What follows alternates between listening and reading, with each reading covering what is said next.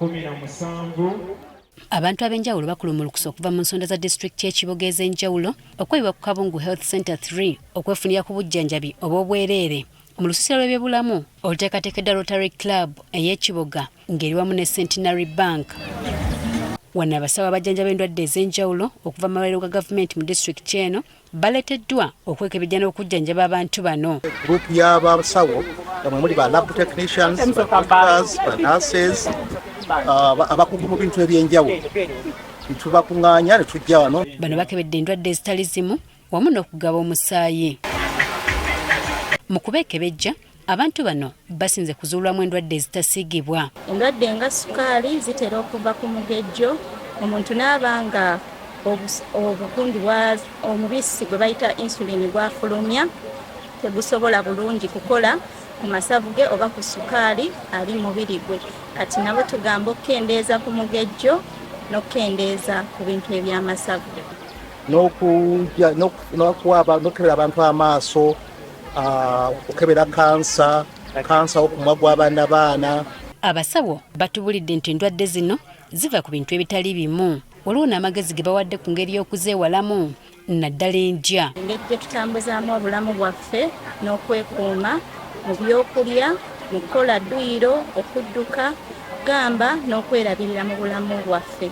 Endwadde nga puresha singa kuva ku ereeterezebwa ng'amasavu gayingiwadde mu mubiri, kati tusobola ogyewala nga tukola dduyiro oba okudduka, then n'okukendeeza omunnyo, okukendeeza sigala mu mibiri gyaffe oba okunywa sigala ne taaba. Era n'ekirwadde kya kansa ow'enjawulo nakyo kizuuliddwa mu bantu bano. Abasawo batugamba nti bazuddemu abantu kati abawera nga bali ku ntandika y'obulwadde obwo bwa kansa. N'okukolola naddala mu baana abato nakwo kweyolesa ennyo. Endwadde y'ekifuba nayo etawaanya nnyo abaana baffe naddala okusinga ne ssenyiga. Abasawo bagamba nti gavumenti erina okwongera okusomesa abantu ku ngeri y'okwewalamu endwadde zino nga lwe zinaasobola okulwanyisibwa. Naye nga batuga nti endya kikulu, mmere kigyolya, ebirya mu budde ki, biki by'olina okulya, biki by'otolina kulya. Kati ebyo abantu baffe tebannaba kubisomesebwa bulungi engeri endwadde gye yakatamu okubalukawo.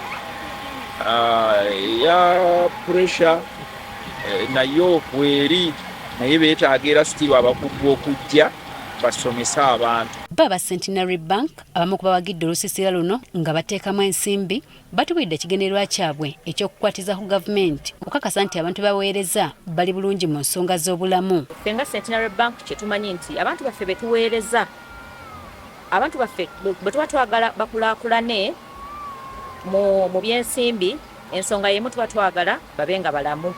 Bankoze ku kirwadde ky'amaaso, bampadde eggago, era kati nange ngenda kubanga ebadde biŋŋaana okusoma ebitabo ngera tandika okukola ki bisoma. Ne bankebera obulwadde bwe bankebedde bampadde eddagala gye bampadde nsiimye nnyo, nsiimidde ddala. Nzize wano nga ndi mulwadde amagulu nga gannuma, abasawo bankebedde ne banzijanjaba bampadde eddagala. Neebaza ekitongole kya Rotary Club.